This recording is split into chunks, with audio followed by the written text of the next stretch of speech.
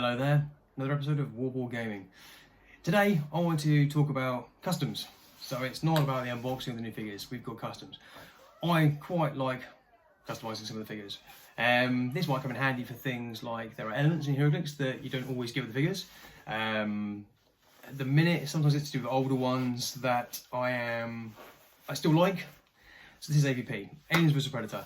The figures are lovely. I went through a phase of I did redial them a few years back. The game's evolved since then and they're due for another one. Way back when, we had Heroclix, that's where they come from. Alien set, and a Predator set, there's a Queen set, and you could, the games, no one agrees with this, but the games Heroclix and Heroclix are about 80% compatible, 75 to 80% compatible. But it's a lot. There's a lot going on in here to transfer onto there. So you've got to try and take some of what they've used in the powers and the cards and bring them across. So we did that. Like I said, the game's evolved. There's loads of dials. So what I've tried to do is pick out some characters that already exist and they have powers and dials that fit the aliens or fit the Predator. And if they're missing anything, try and use the traits and the white powers, the SPs, to kind of fill those gaps in. Things like team abilities, we'll cover those shortly. So the first one I want to bring to attention, we'll start off with, I haven't done all of them yet, I'm trying to work through it, but we've got one alien today and one Predator. So I'm going to start with this guy. And here he is, sliding into view. We have the polearm Predator. Quite like this one, I like all of them really. I want to fill in those gaps at the bottom there, so we might even put some grass in there from a hobby store. So we've got the dial. It marries up to the cards, we're not changing too much going on there. I quite like the orange from the Wheels of Vengeance, gives it a pop. As you can see in his helmet there, he's got that mark, which in the films it's shown from, I think I do it in the books as well. It comes from when, I've got a mark of respect or coming tribal from the acid blood of the aliens. But yeah, that's quite a lovely sculpture. Put the name on it so we know who's who, give it a team ability so we know which team ability it is.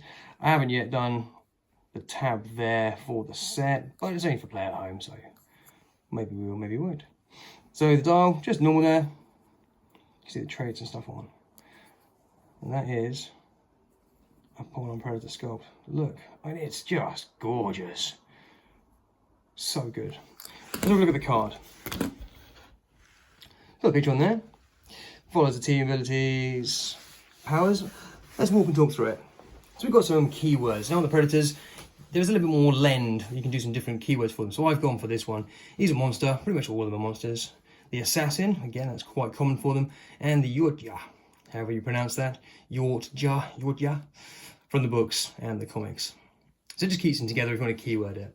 The numbers, again, I might come back around to and rechange them. I might have to rewrite the cards or just put a new number on top because that might come into play for other powers going forward. Anyway, polearm master. This guy is great with that polearm, that staff there that extends. We see in Predator 2. Don't need to change the power for this one, so I just went with a different name, Precision Strike, so it's going to hit home. He's well versed in using it, so he's going to get around sort of, a lot of those super senses rolls, only failing on the 6, of course.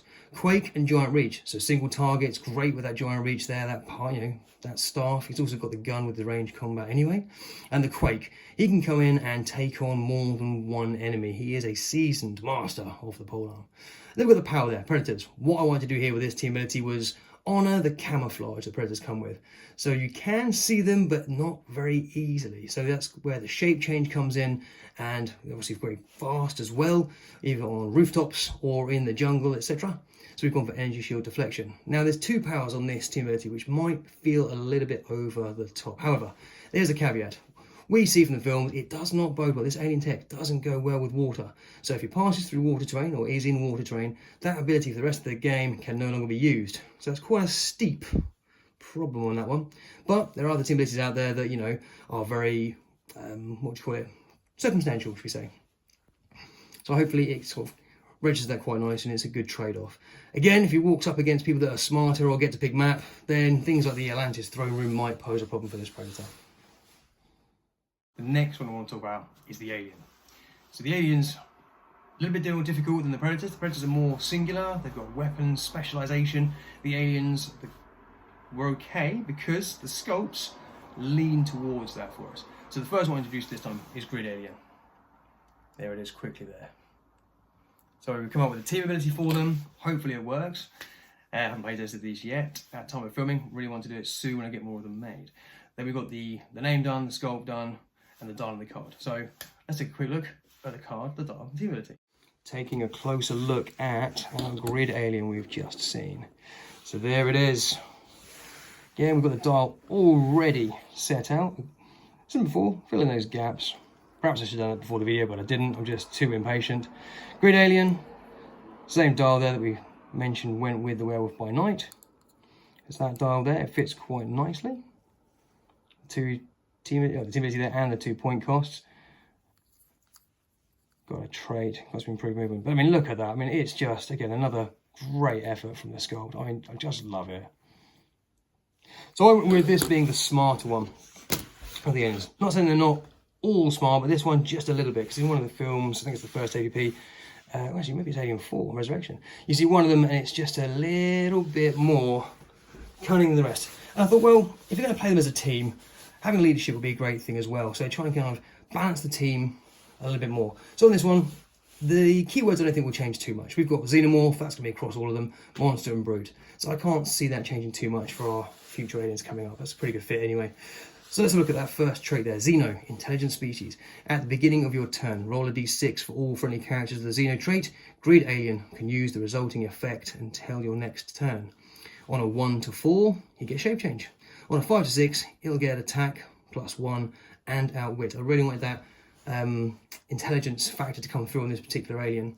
So we see that come through. That's basically the moon trait, just changed to adapt. So we might see that on another alien. We've got some improved movement down there, the red and through characters. You know, very mobile, very nimble, and that's the dial. Let's take a quick look at the back. Let's take a quick look, a proper look. So I've gone with the cunning one. Again, haven't really changed much of this, just the wording to fit the alien. So that's where the leadership comes in, just to make sure they kind of, you know, control, well, I guess you control, but, you know, organise the aliens as they move into position, start taking down any threats, and grabbing hosts where they can. So when Grid Alien uses it and succeeds after resolutions, you may move a friendly character with the Xenomorph keyword 1 square. If the Grid Alien has 80 points, they may instead move any number of friendly characters with the Xenomorph keyword 1 square. That should be quite helpful, mobilising aliens. We've got the Xenomorph's team ability here now. So again, let me know if you think it's a good fit. I'll try to kind of honour the fact that they have acid for blood. So when a character with this team ability is KO'd, place an acid water terrain marker in an adjacent square. At the end of your turn, deal 1 penetrating damage to each character occupying that marker, and then remove that marker. So this basically leans on water terrain we've already seen and got, and a little bit of the fire smoke terrain we saw recently, well I say recently, from the Wheels of Vengeance set. So what happens is, you get these markers that go down when they KO, you can put it in an adjacent square because that blood will burst out and, you know, potentially hit the aggressor or someone else nearby. I just thought that was more aggressive and befitting of the blood spilling out everywhere than in their square that they, you know, from where they got KO'd. And also, rather than beginning of the next turn, again, I want that effect to happen for the aliens because you do get hit with the blood pretty quickly, that it will work on the end of the turn. So again, let me know what you think. So there we have it. 1 alien and 1 predator so far for this episode. We'll do more as we go forwards. Hopefully, what we've seen there is we've tried to rein it in, not fanboy dials for the aliens and the predators. Something that's balanced. We know that they work because they're already pre-existing dials. So if they're good enough for Whiskers and Heroclix, they're good enough for me. And it's just making them fit the bill. So I really want to see these in play and get the use out of them because they're so good looking. I don't want to lose out on that. I think it's great. So anyway, that is episode 1 of the AvP customization. Look forward to seeing you guys on the next one. Happy clicks and all.